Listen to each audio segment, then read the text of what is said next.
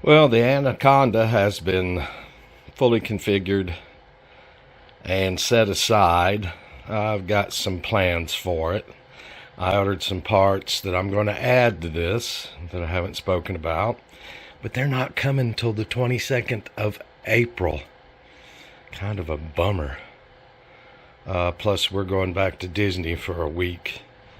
In April, we're going for almost a week to Nebraska for my mother-in-law's 95th birthday. So a lot of things going on. So this has basically been set for cleaning up the scratches and stuff in the foam that were made during assembly. Got lots of them to fill in. Not too much on that wing. And I did order some decals, except the navy ones are going to have to be switched out for white lettering. But that came pretty good. Let me show you some of the more, don't really want to say strange, is seldom used features of Ardu plane that I think are prudent in the case of the Anaconda. So while I was configuring the Ardu plane perimeters, I of course had it on the bench, hooked a USB cable that I would turn off and on, reboot, hard reboot, not a soft reboot.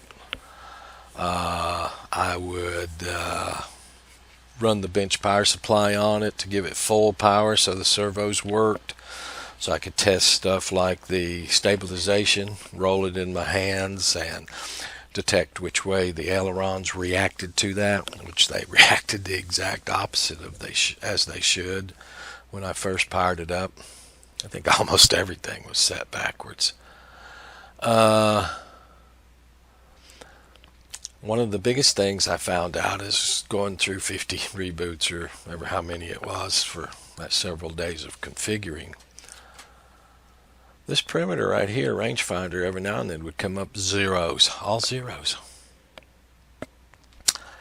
I just happened to be watching a video today of painless 360s that was quite well timed for me on auto landings. And his friend, I think, who runs a big hobby supplier in his country, started doing the technical briefing on rangefinders and stuff.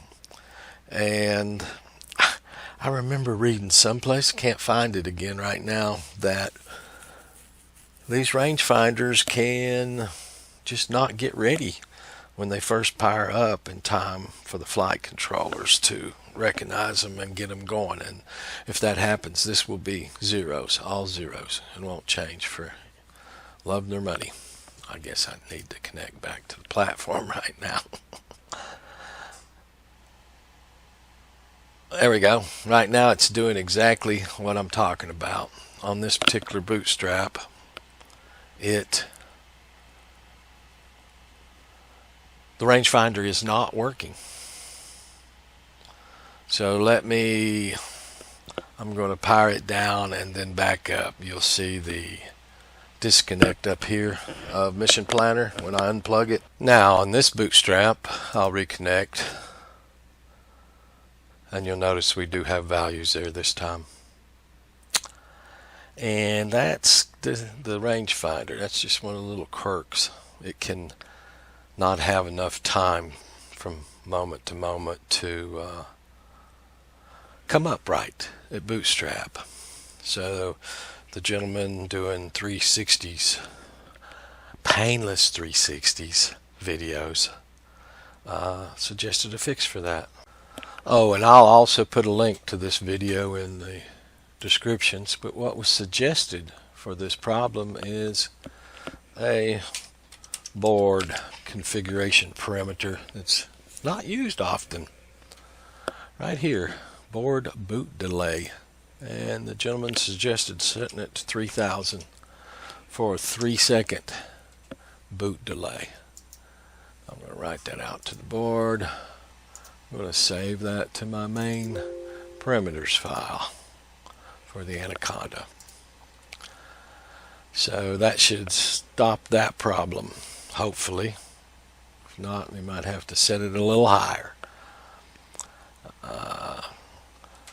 Also noticed when the plane was on the bench, it was facing north and on top of my green cutting pad. And that's when the level was set on it, on the accelerometers. And you remember in the past I've had a lot of problems getting my quads really level and not drifting around because of the slope of my basement. Today the Anaconda's on the concrete floor, rolled up to the bench, and the USB coming down off the bench going into it, and you can see how the right wing is high. That's how much this basement floor is tilted. Don't think that matters much for airplanes as much as it does for quads and hexes. But anyway, I thought I'd pass that on because that was just a little, wouldn't say strange, I'd say interesting Ardu configuration. Option hardly used. So this is delaying boot up of the flight controller by 3 seconds extra, as the documentation says, to ensure peripherals initialize fully. We'll break out the DAP right there, and I use playing cards. This is an old deck of playing cards. There's probably 45 or so cards in that deck because I use them as the scraper squeegee for putting on the DAP. It works pretty good.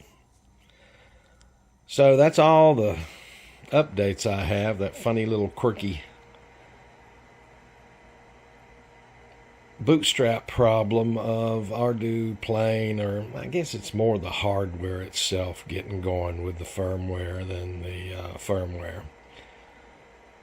Because of the slow startup of some hardware, that rangefinder can sometimes not boot up correctly, and you'll know it because you've got zeros in the rangefinder.